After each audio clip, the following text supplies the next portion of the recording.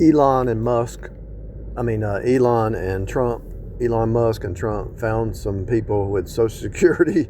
They're 120, 150, 200, 300 years old getting paid Social Security.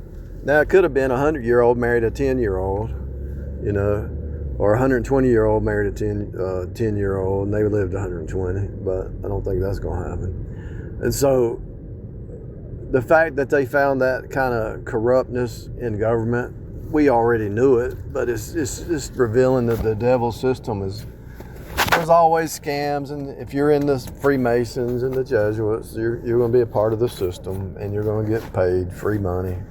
They'll never put anybody in jail.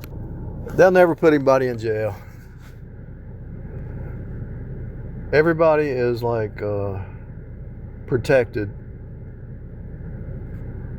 Everybody's protected.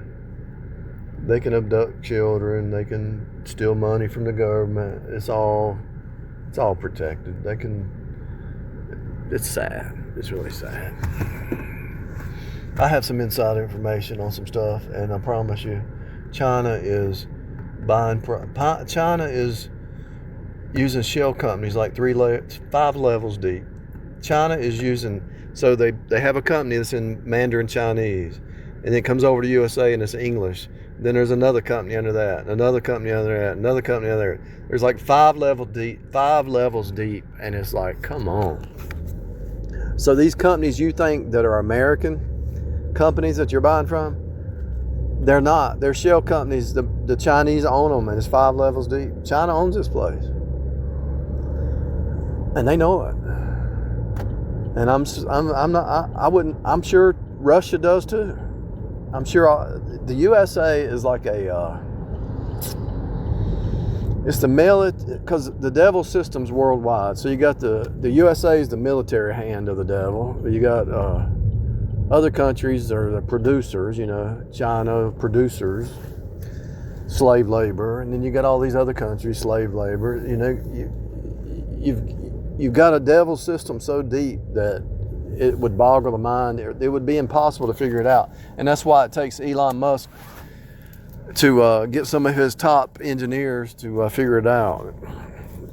And what I'm hearing is they're doing it for free, or they're doing it cheaper than they could make. They could be making a couple $100,000 as a programmer, and they're doing it for $50,000 or something like that. I don't know exactly, but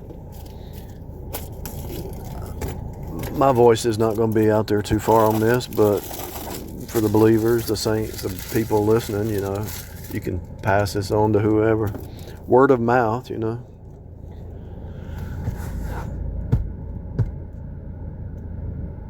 We have to go through many cycles of death, resurrection, death, resurrection, death, resurrection to really see the truth. You thought your country loved you. You thought your country was Christian. You thought your country was righteous, and you're seeing how corrupt the country has been, and you see how corrupt the whole system is. And so not only do you do it with the country, you do it with yourself. You have to go through many cycles: death, resurrection, die daily. You have to go through that process over and over, day by day by day by day by day. And when you face off with people, especially a spirit-filled believer, if you face off with another believer, they're going to sharpen you. If you face off with the flesh creature, they're going to cut you. But to be sharpened day by day by day by day by day, you're going to grow, and you're going to exponentially grow if you're talking to believers. And this is why they want to separate you from believers. All my subscribers throughout the years, I've talked to a lot of people, and I've learned a lot. I've learned more from them probably than they learn from me, even though I'm teach.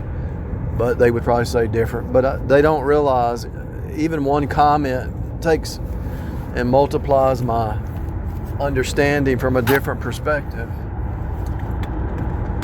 And this is why you better marry a believer, because if you marry an unbeliever, you're going to be stagnated, and you're never going to grow spiritually. You're going to be stagnated.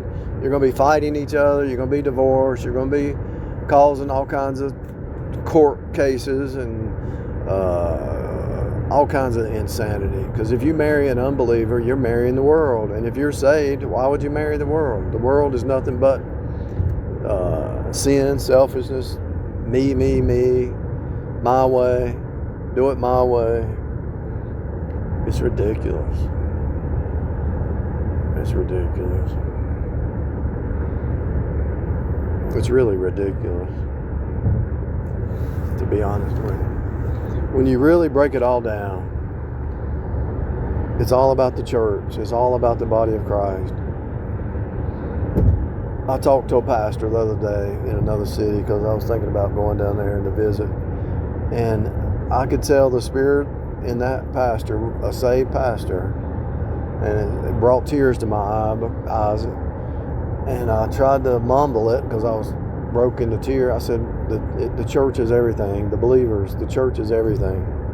The church is everything. Paul said, I'm willing to spend and be spent for the church. If it's a wife, you're willing to spend and be spent for the wife. If it's a church, you're willing to spend and be spent for the church, because that's God's will. To pull the elect saints out of the miry clay. Because there's a lot of trauma, a lot of mind control, a lot of insanity. And I had a co-worker today. She was on the phone with her husband. He's a pastor, and I talked to him about something. And I mean, there's unity in the spirit, you know. But if you go and get yoked up with the world, there's no unity. There's no unity with the world. You're just destroying yourself. If you yoke up with the world, you're actually saying, I want to kill myself. I want to destroy myself. If you yoke up with the unsaved, you're actually begging for pain. You're begging to be hurt. You're begging to die early. Because the saved person wants you to be healthy, wealthy, and wise, and wants you to make right decisions. Somebody who really cares about you. And I don't know one saved person out there, truly born again, who doesn't love the church. You love the brethren, you know. How do you know a saved person? Because you love the brethren. It talks about that in 1 John, 2 John, 3 John. How do you know you're saved? Because you love the brethren. I don't care if I might not have ever met you, but you walk up to me at a mall, at a event. Let's say I go to downtown the city and I'm just watching some kind of festival or something downtown, and you say, oh, I'm saved. Instantly you love the brethren. You love your neighbor as yourself. But when you see that it's a born again saved person, you're fellowshipping like nobody's business, because you're of the same cookie cutter design. In other words, you're sons of God, daughters of God. You have the same spirit, the spirit of truth. And so as you really grow and talk to another believer or other believers, you cannot not grow. It's impossible to not grow. You have to grow, because a true believer is going to hold you accountable. A true believer is going to call you out on your junk. And you either run or you get right. Because they don't want you to stay there. Think about it. You think Jesus is going to let you stay in your let's say you're over there in the pit somewhere in the pig pen with the pigs. You're in the pig pen with the pigs, right? Do you really think that you get saved that Jesus is going to let you stay in the pig pen? No. He's going to yank you out. The first year he's going to pull you out. If you try to go back after a year, you're going to get scores and spanking. You can't go backwards if you're saved. And if you do go backwards, he'll take your life out. He'll take you out of this world. He'll take your life. If you keep rebelling, he will take your life, period. But if you're willing to submit and do what's right, he's going to build you up. And he's going to God does not build you up just to build you up. He builds you up so you can help use your gift to build up the body of Christ, to build up the church. If you really think it's about you, you're deceiving yourself. It's not about you. It's not about me. If you think it's all about you, you're in the Decepticon, you know. You're deceiving yourself. So, Trump and Elon who are probably part of the swamp, but at least they're purging it. I'd rather the Republicans be in charge than the Democrats, but a lot of the Republicans are corrupt too. And so everybody's corrupt to a degree, but we're talking about corruption that just boggles the mind,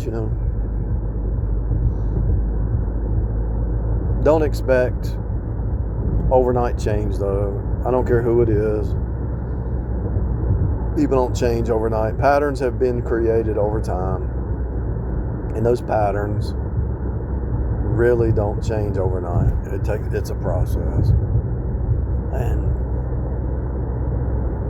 like I was talking to that preacher today, I was throwing some ideas out about a situation. He said, well, God gives you the desire of your heart, but at the same time, He wants you to use wisdom on how to step into that, And I told him, I said, the clouds move slow, the trees move slow, the stars move around. God is not in a hurry, right? Sometimes things need to happen fast, but usually God is not in a hurry. And so, whoever's listening, whatever you're gleaning, what would be the overarching truth in all this? You don't have to necessarily be in a building, in a church building or a fellowship, but you can have 2 or 3 or 4 or 5 saved people you talk to. I mean, he told his wife he said, give his phone number. He said, tell my wife to give you my phone number. We'll do it another day. But I said, yeah, I'd like to talk to you. I might even go visit your church. I'm not going to join, but I'll go visit. But my point is, it's really a refreshing thing to talk to somebody who knows the truth.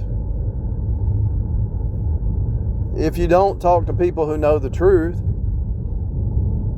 you're in the devil's system. If you can't see through the lies of the devil, if you can't see through the devil's lies, you're blind and you're in darkness and you're going to destroy yourself. It's really a born-again experience that needs to happen, and then to do some fellowship. They want you isolated so you won't grow. And the devil knows that if he isolates you, you won't help other people. And you'll be stuck in this little me box. And you won't grow, and nobody else will grow, because every saved person has a gift of some kind. You just have to exercise it. And as you exercise it, yeah, the devil's going to try to stop you. But as you exercise that gift, you get stronger and stronger and stronger. And it's a real thing. I don't like the 501(c)(3). I think it's a corporate system, and I don't like the dead corpse. The church is a living, breathing body. A building is a dead 2x4 sheetrock building. I'm talking about the people, not the building. I don't need a building, it's the people. And you can go to a building all day long and never talk in fellowship real to real. It's just fake. We'll see you next Sunday. So between now and Sunday, we have no fellowship. We'll see you next Sunday. And I'll sit there for an hour and I have no fellowship. And I'm fellowshipping with the world. What is that? What kind of church is that? What kind of fellowship is that? That ain't nothing. That ain't jack. That ain't nothing. You ain't going to grow. I set up my channels a long time ago. I set my channels up for believers to be able to communicate with each other. I know we had some agents come in and try to mess up they always try to mess up your fellowship. But there were some that you could tell they were saved. So y'all had the opportunity to talk to each other, get to each other's email or whatever, back and forth. I tried to set it up that way. And I know there were agents lying and scamming and scheming and drama. I know that was going on. But I figured y'all could see through it. I don't know what tomorrow holds, but I do know that what I'm saying here should push you to find at least one believer. At least one believer. One to talk to. Hopefully two. Hopefully three. Hopefully five. But if you had one believer to talk to, you're going to grow.